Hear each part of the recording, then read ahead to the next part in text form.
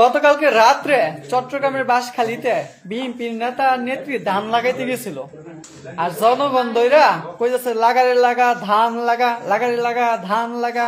এই যে এটা হলো এই ভিডিও।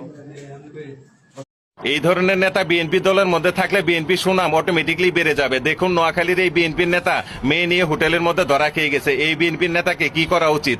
আপনাদের মতামতগুলো অবশ্যই এই ভিডিওর কমেন্ট বক্সে কমেন্ট করে জানাবেন, আর এই ভিডিওটা শেয়ার করে দিয়ে সারা দেশের মানুষকে দেখা। আমার ফ্যামিলি কার্ড দেবো ভাই, আমার লাগে ঘুমাইতে দিবি, আমার লাগে কাট কইছে, আমি আমার ঘুমান লাগবে, আমি আমার থাকবেন বুঝ করমান।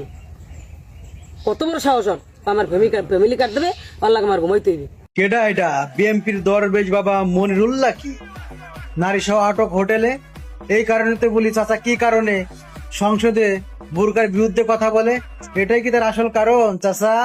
ও দরবেশ বাবা, বিএনপি সরকারের অল্প সময়ের মধ্যে পতন হয়ে যাবে এই কথা বলেন স্পিকার। ভিডিওটা আগে দেখুন। জনগণের প্রতি বিশ্বাসঘাতকতা করলে, জনগণের চাওয়াকে, গণ আকাঙ্ক্ষাকে যদি মূল্য না দেওয়া হয়, তাহলে জনগণ এই সরকারকে অতি অল্প সময়ের মধ্যে বিতাড়িত করতে। কাঞ্চনপুরে বিএনপির দপ্তর সম্পাদক কলেজ ছাত্রীর সাথে কট খেয়েছে। কিরে খাম্বার বাচ্চারা, চাটা খাম্বারা, তোর বাপরে বল এইগুলার বিচার করতে। জামাতের কোনো অন্যায় হলে জামাতের নেতা কর্মীরা।